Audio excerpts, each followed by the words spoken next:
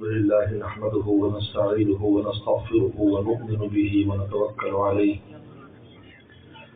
ونعوذ بالله من شرور أنفسنا ومن سيئات أعمالنا من يهده الله فلا مضل له ومن يضلل فلا هادي له ونشهد أن لا إله إلا الله وحده لا شريك له ونشهد أن سيدنا وسندنا وحبيبنا وشفيعنا ومولانا محمدا عبده ورسوله صلى الله تعالى عليه وعلى آله وأصحابه وبارك وسلم. أما بعد فأعوذ بالله من الشيطان الرجيم. بسم الله الرحمن الرحيم. الرحمن علم القرآن خلق الإنسان علمه البيان. قال النبي صلى الله عليه وسلم أشراف أمتي حملة القرآن وأصحاب الليل، أو كما قال عليه الصلاة والسلام. صدق اللہ و صدق رسولہ النبی الکریم. حضرات علماء کرام، قرآن اعزام، معزز طلبہ، میرے بزرگ اور دوستوں، آج یہ جامعہ ابرار العلوم بہاولپور کا سالانہ جلسہ ہے.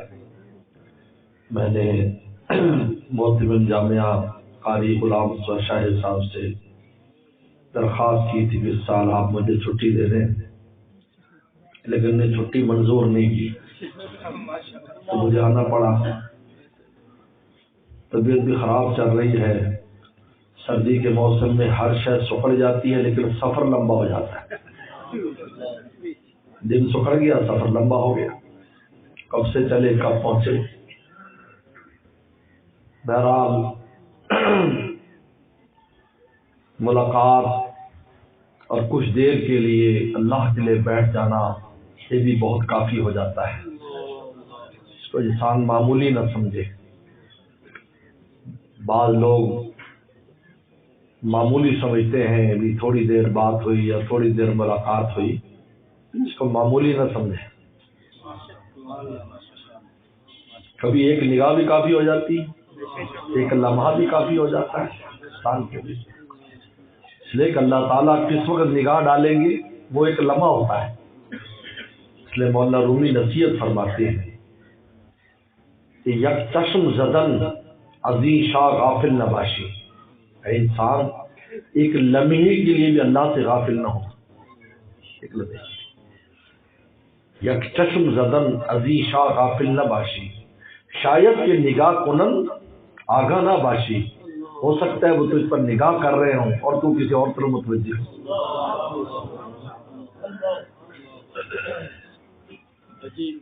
اس لیے اس ایک نگاہ کے لیے بزرگوں نے زندگی اس پر بسر کر دی کہ 24 گھنٹے اپنے دل کو متوجہ رکھا کہ پتہ نہیں شاہ کس وقت نگاہ ڈال.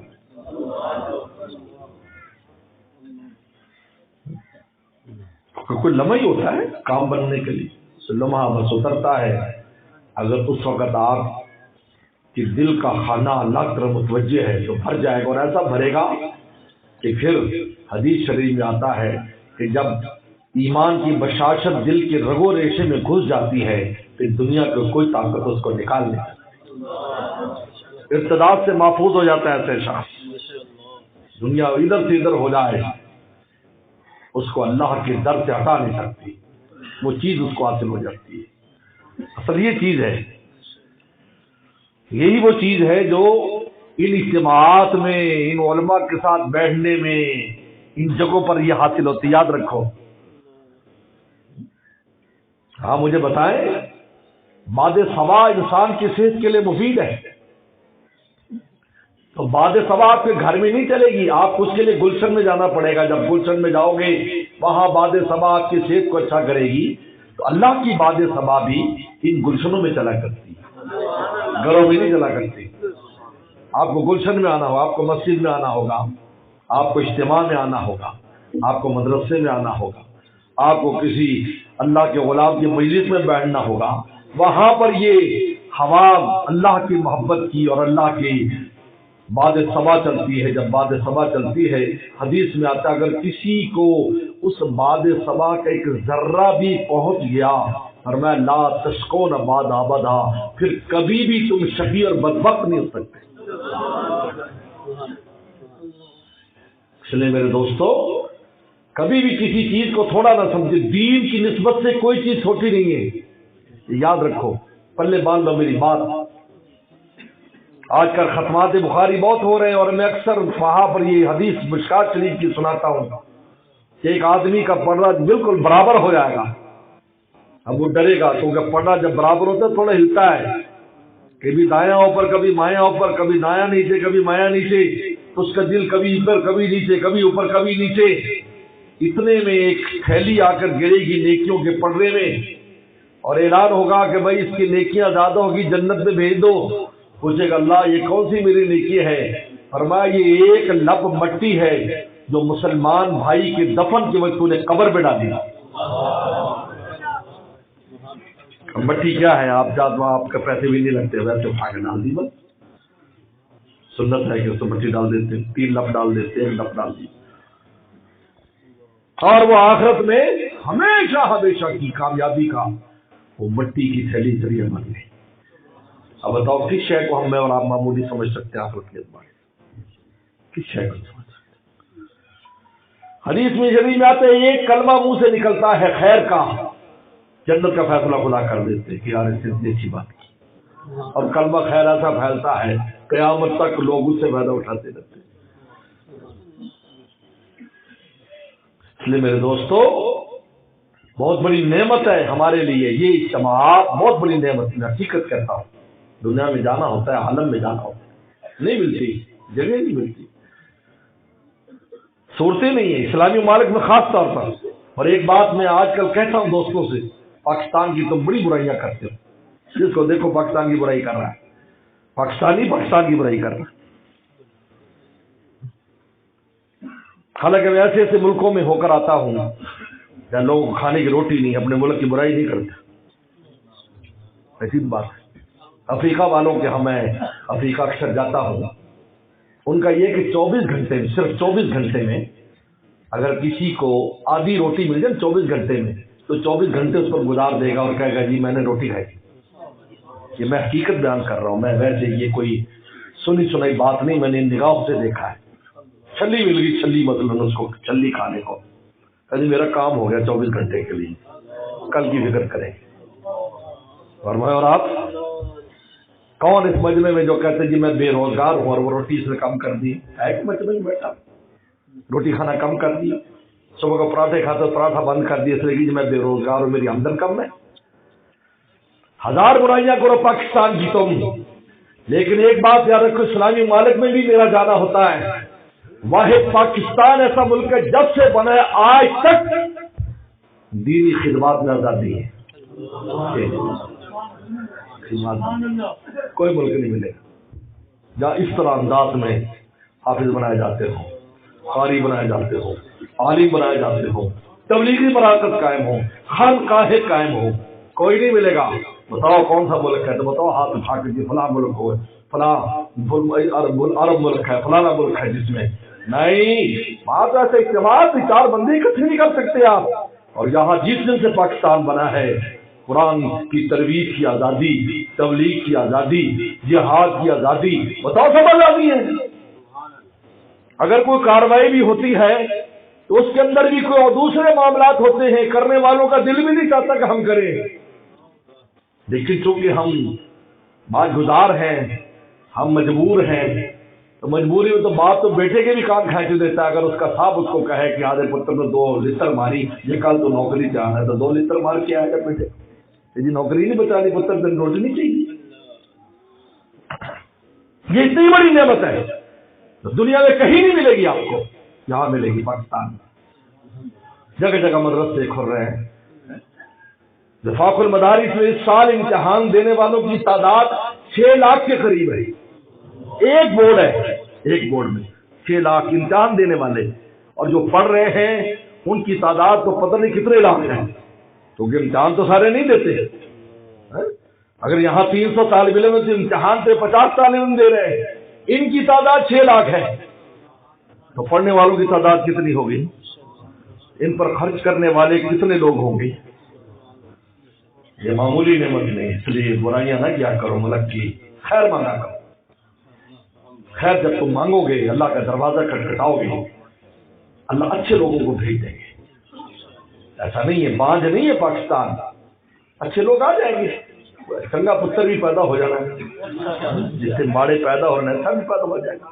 جو ملک کو لے کر ایک اللہ والے تھے، وہ جب بھی دعا کرتے تھے حکمرانوں، اللہ میاں ہمارے حکمران اچھے حکمران دے دے، حکمرانوں کو اچھائی کی توفیق دے دے۔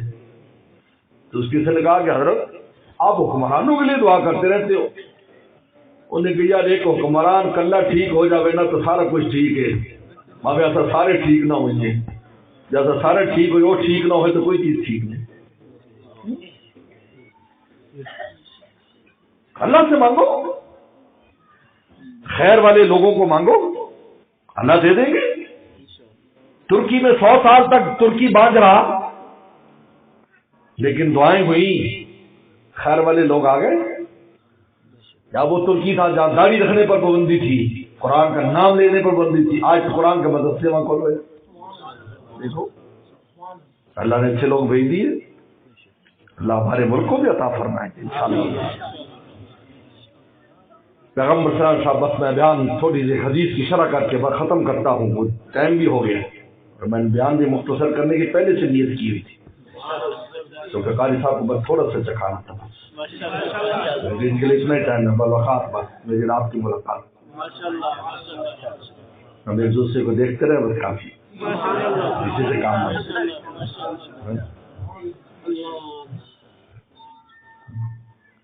فرمایا کہ اشراف امتی، میرے امت کے معزز لوگ کون ہیں؟ یہ رسول اللہ نے فرمایا اشراف امتی۔ فرمایا 2 طبقے میری امت کے سب سے معزز ہیں، حملۃ القرآن، تو قرآن کے حاملین ہیں، جن میں حافظ، قاری، عالم، مفتی سارے طبقہ شامل ہیں، کیونکہ سب کا تعلق قرآن مجید کے ساتھ ہے۔ قرآن مخدوم ہے، حدیث خادم ہے، فقہ خادم ہے، صرف نو خادم ہے، منطق فلسفہ خادم ہے، علوم جتنے بھی علوم ہیں 20 سے زائد علوم مدارس میں پڑھائے جاتے ہیں، یہ سارے کے سارے خادم ہے قرآن مجید کے۔ قرآن مخدوم ہے، اس لیے ہمارے حضرت دادا پیر شاہ ابراہیم لکھا رحمۃ اللہ علیہ فرماتے تھے جو قرآن کی براہ راست خدمت کر رہا ہے قاری صاحبان، وہ مخدوم کی خدمت کر رہے ہیں، اور جو شیخ الحدیث ہے وہ خادم کی خدمت کر رہا ہے، مخدوم کی خدمت کر رہا ہے۔ اشراف امتی حملۃ القرآن، یہ پہلا طبقہ جو اللہ کے یہاں سب سے معزز ہے۔ دنیا کے اعتبار سے نہ دیکھو ان کو کہ دنیا کے اعتبار سے مولوی صاحب ایسے فلاں ایسے، یہ تو غیروں کی سازش تھی اور آج تک چل رہی کہ علماء کی قدر و منزلت گھٹائی جائے لوگوں کے دلوں میں، تاکہ جہاں سے ان کی ایمان کی مضبوطی، علم ملنا ہے، روشنی ملنی ہے، اسی سے محروم ہو جائیں۔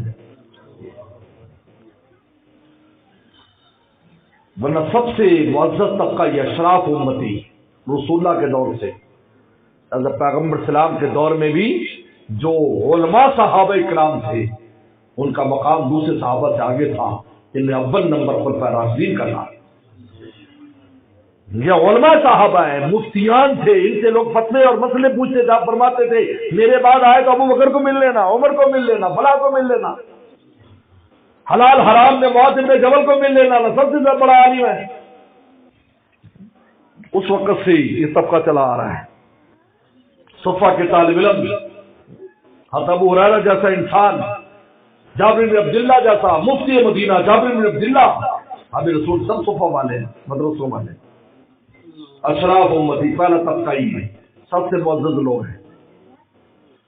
وہ حملۃ القرآن و اصحاب اللیل، دوسرے اللہ کے ولی جو راتوں کو اٹھ کے رب کو مناتے ہیں۔ اللہ کا ولی کون ہوتا ہے؟ میرے شیخ فرماتے تھے پیغمبر سلام کی 2 وراثتیں ہیں، ایک وراثت ظاہرہ جو علوم دین ہے، ایک وراثت باطنہ جو رات کو اللہ کو منانا ہے، یہ باطنی وراثت ہے، یہ باطنی وراثت ہے۔ روتے تھے، اللہ تعالیٰ کو راضی کرتے تھے، اللہ کو یاد رکھتے تھے، اپنے باطن کو پاک رکھتے تھے، یہ باطنی وراثت ہے۔ دو وراثتیں ہیں، ظاہری وراثت، باطنی وراثت۔ یا المزمل قم اللیل الا قلیلا، فرمایا یتلو علیہم آیاتی ویزکیہم ویعلمہم الکتاب والحکمہ، جن کو ان کا تزکیہ کریں، ان کو قرآن سنائیں، ان کو کتاب کی تعلیم دیں، ان کو حکمت کی تعلیم دیں جو حدیث مبارکہ ہیں، یہ دن کے کام ہو رہے ہیں۔ رات یا المزمل قم اللیل الا قلیلا، اب ہمارے سامنے کھڑے ہو کر آپ ہم سے گفتگو کیجیے۔ ہم تمہیں بس آ گئے سے ربط خفی سے، معلوم کسی اور کو یہ راز نہیں ہے، تم سا کوئی ہمدم کوئی دمساز نہیں ہے، باتیں میں ہر دم مگر آباد نہیں۔ دل جانتا ہے، دل جانتا ہے، دل میں کیا آ رہا ہے، کیا مل رہا ہے، کیا عنایات دل پر ہو رہی ہیں۔ فرمایا یہ دو طبقے ہیں، بھیا شراب امتی، میرے امت کے سب سے معزز یہ لوگ ہیں، باقی جن کو تم معزز سمجھتے ہو ان کے پاس جو عزت کی چیزیں ہیں قابل زوال ہے، مال ہے، مرتبہ ہے، زمینیں ہیں، کوئی دنیاوی اسٹیٹس ہے، ایک دن وہ ظاہر ہو جاتا ہے۔ ہم نے دیکھا ہے ہمارے یہاں ایک ڈپٹی کمشنر صاحب تھے، ان کا بڑا ٹیکا تھا، جس کو ٹیکا کہتے ہیں، ایسے گاڑیوں کے ساتھ یوں جاتے، گاڑیوں کے ساتھ یوں جاتے۔ ہمارے ساتھ بھی کچھ ان کی دوستی ہو گئی کیونکہ وہ جنگ کے رہنے والے تھے، تو اس نسبت سے ہمارے پاس آیا، کسی نے وہاں سے ریفرنس دیا، ملاقات ہوئی، لیکن ان کا ٹیکا بہت تھا۔ بھاول نگر میں ریٹائر ہوئے، جب جس دن وہ ریٹائر ہوئے اور دفتر چھوڑ کر جا رہے تھے تو میں ملنے کے لیے گیا، بھائی دوست جا رہے ہیں، وہ ٹیکے والا جو ہے نا وہ اپنا بیگ اپنے ہاتھ میں خود اٹھا کے جاتے، چپڑاسی بھی نال نہیں، بڑے بڑے مالدار، تاریخ پڑھے پاکستان کی، بڑے بڑے مالدار سیٹھ پاکستان میں جن کا نام تھا، جب وہ مرے تو دیدی والوں نے کفن دیا، ان کو کفن دینے والا کوئی نہیں تھا۔ یہ ساری شرف کی جو چیزیں ہیں ان کی کوئی حیثیت نہیں ہے، وہ ختم ہو جاتی وقت کے ساتھ۔ ایک ٹائم آتا ہے ذلتیں مقدر ہوتی ہیں، ذلتیں مقدر ہوتی ہیں، لیکن یہ دولت ساتھ جانے والی ہے، دولت دنیا میں کہیں جائے دولت ساتھ، علم کی دولت ساتھ، روحانیت کی دولت ساتھ۔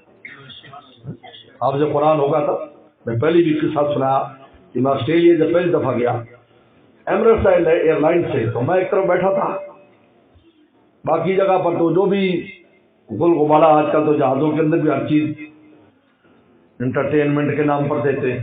خیر میں تو بیٹھا ایک طرف بیٹھے تسبیح کر رہا تھا۔ ہمیں موقع اچھے ہوتے ہیں، اب دن میں ایسے یہاں تو چھوڑتے نہیں 24 گھنٹے، ہمارے پیچھے دوست ہیں نچوڑتے رہتے ہیں، لیکن پھر ایسے سفروں میں پھر مراقبے کا بھی ٹائم ملتا ہے، تسبیحات کا ٹائم نہیں ملتا ہے، کوئی اپنے اوپر غور کرنے کا ٹائم نہیں ملتا ہے۔ تھوڑی دیر میں میرے پاس وہ جو پرسر ہوتا ہے، جو وہ عرب لڑکا آیا، اس نے میرے ساتھ انگریزی میں بات کی اور مجھے کہا کہ آپ شیخ ہیں؟ مجھے پوچھا شیخ، ان کا شیخ عالم کو کہتے ہیں، شیخ عالم کو کہتے ہیں۔ تو میں نے کہا کہ ہاں، میں نے کہا آپ عربی بول لیتے ہیں؟ ان کا ہمیں کہا عربی میں بات کریں، کل تھوڑی عربی میں بات کی تو رونے لگا، کہنے لگا کہ میں 13 گھنٹے کا سفر کرتا ہوں، 13 گھنٹے کا سفر ہے دبئی سے آسٹریلیا کا، 13 گھنٹے کا مسلسل سفر ہے کہ 13 گھنٹے جاتا ہوں، ایک دن آرام کرتا ہوں، پھر 13 گھنٹے آتا ہوں، پھر آرام کرتا ہوں 13 گھنٹے۔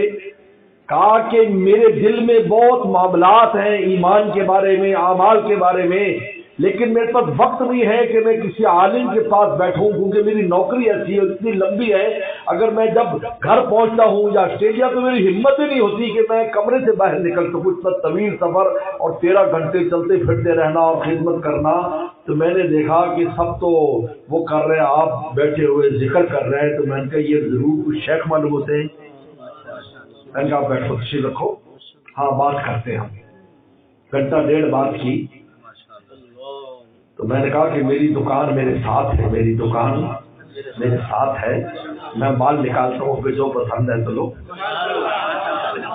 گھنٹہ بعد کے بعد وہ رونے لگا، میرا ماتھا چوما، اور چومنے کے بعد اس نے چونکہ بڑا تھا تو اس میں آرڈر دیا، بھائی یہ جو بیٹھے ہیں صاحب ان کو بار بار پوچھو تو تھوڑی تھوڑی دیر بعد میرے پاس ساتھی آ جائے، یعنی وہ خدمت گزار، حضرت کوئی چیز چاہیے، کوئی جوس چاہیے، فلان چاہیے. تو ادھر انگریز بیٹھے تھے تو انہوں نے انگریزی میں پوچھا کہ یار یہ کوئی سواری کوئی خاص قسم کی سواری ہے کہ تم بار بار ادھر جاتے ہو؟ انہوں نے کہا چپ کرو انگریز کا، بلکہ عربی میں ان کو گالی نکالی، اور عربی میں گالی نکالی کہ یہ تو جانور ہے، ان کو کیا پتا یہاں انسان بیٹھا ہوا ہے. اس کی خدمت. تو میں ایک مثال سے بتا رہا ہوں کہ اشراف امت نے کیوں کہا کہ ان کے پاس جو دولت ہے وہ دولت دنیا میں بھی ساتھ ہے، قبر میں بھی ساتھ ہے، حشر میں بھی ساتھ ہے. حافظ قرآن کو کہا جائے گا پڑھتا جا چڑھتا جا، وہاں کسی کا مال چلے گا؟ وہاں کوئی تعارف کرایا جی میں فلانی سیاسی جماعت کا فلانا ہوں، آج کل سیاسی ماحول گرم ہے نا، اس لیے میں بات کر رہا ہوں، تو اس سے تم میں بھی تھوڑی گرمی آ جائے گی، سردی تو ویسے اللہ نے دور کر دی. دیکھو نا سورج نکلا ہے، ان کا عاشق جمع ہے، درویش جمع ہے. سورج نے کہا میں نہ کیوں نہ میں ان کو دیکھوں بھائی، میں کیوں منہ چھپاؤں، میں بھی ان کو دیکھوں گا. ہمیں کیا پتا کیا کیا نظام چلتا ہے. تو مجھے بتاؤ وہاں چلے گا؟ کسی کا مال چلے گا؟ کسی کی دنیاوی تعلیم چلے گی وہاں پر؟ نہیں، ضرورت ہی نہیں. دینی تعلیم، دین چل رہا ہے، روحانیت چل رہی. متقین ان المتقین فی جنات و نہر فی مقعد صدق عند ملیک مقتدر. فرمایا میرے پاس بیٹھو متقین، ادھر آؤ میرے پاس بیٹھ، میرے پیروں بیٹھ، یہاں بیٹھ، میرے پیروں بیٹھ، فرشتے ان کی خدمت میں ہو. اس لیے میرے دوستو زیادہ ان دو دولتوں میں سے یا تو دونوں حاصل کرو، ورنہ ایک تو ضرور حاصل کرو.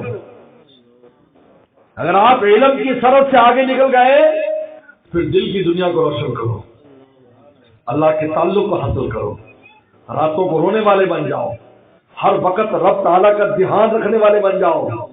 اور اگر عمر ہے تو قرآن مجید کی تعلیم کو حاصل کرو، ان علوم کو حاصل کرو، ان کو اپنے سینے میں بساؤ، اپنے اولاد کے سینے میں بساؤ. یہ کام آنے والے ہیں، یہی صدقہ جاریہ ہے. ہمارے والد صاحب رحمۃ اللہ علیہ 85 سال کی عمر تھی حضرت کی، اور پھر 90 سال کے بعد ان کا یعنی عمر سے انتقال ہوا. 10 سپارے روزانہ تلاوت فرماتے، 10 سپارے. ہر تیسرے دن مجھے بلاتے اور کہا کہ چلو بیٹھ کر دعا کریں، کیونکہ جب قرآن ختم ہوتا ہے یا حدیث ختم ہوتی ہے تو دعا قبول کر، چلو دعا کریں. تو کبھی ہم یا بہن بھائی سب جمع جاتے دعا کرتے. ایک دن میں نے پوچھا ابا جی آپ ماشاءاللہ ہر تیسرے دن قرآن ختم کرتے ہیں، کیا کرتے ہیں؟ کہ اپنے ماں باپ اور استادوں کو بھیجتا ہوں، حالانکہ ان کو خود بھی ضرورت تھی.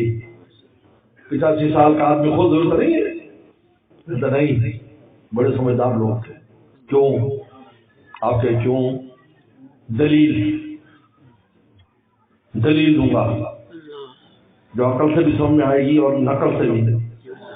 قرآن نے کہا ہے، قرآن مجید نے، کہ جو نیک لوگ ہوتے ہیں ان کے جو بڑے ہوتے ہیں، جو نیک لوگ ہوتے ہیں الحقنا بہم ذریتہم، تو ان کی اولادوں کو باوجود کمی کے ہم ان بڑوں کے ساتھ ملا دیں گے. تو یہ بڑے اپنے بڑوں کے لیے کرتے ہیں تاکہ وہ جتنے اوپر جائیں گے تو یہ آپ پہ پہنچ جائیں گے. الحقنا بہم ذریتہم وما التناہم من امرہم من شیء. یہ عجیب ہے، یہ عجیب. میں گل کی بات بتا رہا ہوں. ہم تو ہمارے تو ہزار کمیاں ہیں. پہلے لوگ تو سب اللہ والے تھے. آج جو زمانہ چل رہا ہے اللہ معاف فرمائے، وہ تو بہت اونچے لوگ تھے. ہم ان کو بھی سال ثواب کر کے ان کا مقام اور اونچا ہو جاتا ہے. اللہ فرماتے ہیں تمہیں مفت میں ان کے ساتھ میں لا دیں گے. یہ آسان کام ہے نا؟ بولو. 85 سال کی عمر ہے، 90 سال کی عمر والدین کو بھیج رہے ہیں. میں کہ دیکھو یہ ہے صدقہ جاریہ. ورنہ 80-90 سال کا بڈھا ہو، انٹرویو کر لو، غیر عالم ہو، غیر بزرگ ہو، آپ جا کے انٹرویو کرو ان کی زندگی کیسے گزر رہی ہے. ان کا نہ خود اپنے کو یاد ہے نہ اپنے بڑے یاد ہیں. اتنی مصیبت اور پریشانی میں ہیں، اور ان کو دیکھو اپنے بڑوں کو ان کے لیے مانگ رہے ہیں. ان کے ساتھ صدقہ جاریہ دراصل یہ چیز ہے. اس لیے بس میں آپ دوستوں سے یہی کہتا ہوں کہ اللہ تعالیٰ سے دل لگاؤ اور اپنی اولادوں کو دین کا علم سکھاؤ۔ اگر چاہتے ہو روٹی کی فکر نہیں کرو، روٹی اچھی ملے گی، چوپڑی روٹی، چوپڑی روٹی وہ ہوتی ہے جو دیکھنے میں سوکھی ہوتی ہے، جب کھولتے ہیں تو چوپڑی ہوتی ہے۔ یہ مولویوں کی روٹی بھی ایسی ہوتی ہے، دیکھنے والے کہتے ہیں کہ یار سوکھی روٹی ہے، لیکن جب دیکھتے ہیں تو اندر سے دیسی گھی ہوتا ہے اس کی، لیکن اللہ چھپا کے دیتے، دکھا کے نہیں دیتے۔ اس لیے کہ اطمینان اور سکون کا ایک سوکھا ٹکڑا اطمینان اور دل کے سکون کے ساتھ، میرے دوستو، سونے کچھ لقمے سے بہتر ہے جس میں انسان کا دل پریشان ہے، میرے شہ پر منہ میں کباب ہے اور دل پہ عذاب ہے۔ اطمینان چین دین میں ملے گا، اطمینان چین دین میں ملے گا، اللہ کی یاد میں ملے گا، اس قرآن مجید میں ملے گا، ان جگہوں کے ساتھ دل لگانے میں ملے گا۔ نجات کا ذریعہ یہاں آپ آئے ہیں معمولی نہ سمجھو، اسی پر نجات ہو جائے گی۔ یار وہاں ان کے حوصلہ افزائی کے لیے گئے ہیں، ان بچوں کے حوصلہ افزائی کے لیے، یہی گواہ بن جائیں گے آپ کے لیے اور میرے لیے۔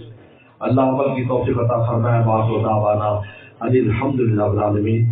اللهم لك الحمد كما انت وصلي على محمد كما انت اهل وفل بنا كما انت رفنك انت اهل التقوى والمغفرة ربنا ظلمنا انفسنا وان لم تغفر لنا وترحمنا لنكن من الخاسرين اللهم انا نسألك الهدى والتقى والعفاف والغنى۔ یا اللہ جدارے کو دن دگنی رات چوگنی ترقی عطا فرما، ہر قسم کی شرور و فتن سے محفوظ فرما۔ یا اللہ جتنے بچے اس سال فارغ ہوئے ہیں، یا اللہ ان بچوں کو اپنے والدین کے لیے، استادوں کے لیے اور مدرسے والوں کے لیے صدقہ جاریہ فرما۔ یا اللہ مدرسے کے معاونین کے لیے صدقہ جاریہ فرما۔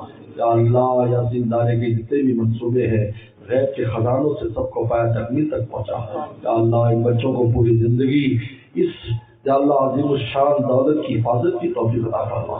یا اللہ ہم سب کو تو اللہ والا فرما، اپنا تعلق خاص ہمیں نصیب فرما۔ اللہ حیات میں آپ کو یاد رکھنے کی توفیق عطا فرما، آپ کی ناراضگی سے بچنے کی توفیق عطا فرما، ہر طرح کی عافیت ہمیں نصیب فرما۔ یا اللہ ہمارے تمام مرحومین مرحومات کی مغفرت فرما، بیماروں کو شفا عطا فرما، اور دوست کی جو بھی حاجت اپنے خزانوں سے حاجات پورے فرما، جو مسائل و مشکلات اور حدود فرما۔ یا اللہ تمام دینی مدارس مساجد خانقاہیں یا اللہ دینی مراکز ان کی خوب حفاظت فرما، ہمارے ملک پاکستان کی حفاظت فرما۔ یا اللہ غزہ اور فلسطین کے مسلمانوں کی مدد فرما، مدد فرما، مدد فرما، یہود و نصارہ کو تباہ و برباد فرما۔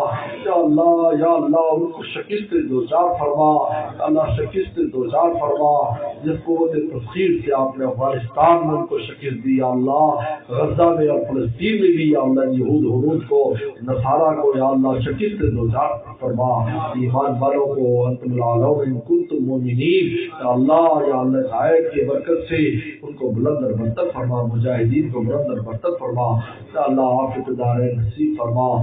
یا اللہ اسلام کی حفاظت فرما، پاکستان کی حفاظت فرما۔ یا اللہ قاری غلام مصطفیٰ شاہ صاحب اور ان کے رفقا کو خوب ہمت کے ساتھ کام کی توفیق عطا فرما، اس جلسے کو قبول فرما۔ یا اللہ سب کے آنے کو قبول فرما۔ یا اللہ اپنی ولایت اور دوستی ہم سب کو نصیب فرما۔ یا اللہ رزق روٹی کی جو وسائل جس میں خیر و برکت پیدا فرما، قرضوں کے بوجھ کو دور فرما۔ یا اللہ جو اولادوں کو نیک صالح اولاد عطا فرما، اولاد والوں کے اولادوں کو نیک صالح مطیع فرما بردار فرما، آنکھوں کی ٹھنڈک فرما، صدقہ جاریہ فرما۔ اور یا اللہ جن بچوں کے رشتے نہیں اچھے جوڑ عطا فرما، جن کے رشتے ہو گئے گھروں میں من سکون عطا فرما۔ اس مجمع میں جتنے دوست ہیں جن کی جو بھی حاجت ہے یا اللہ سب کی حاجات کو پورا فرما۔ ربنا تقبل منا انک انت السمیع العلیم۔ قاری اسماعیل صاحب سے والد صاحب بیمار ان کو شفا کاملہ عطا فرما۔ صلی اللہ تعالی علی خیر خلقہ محمد و آلہ اجمعین۔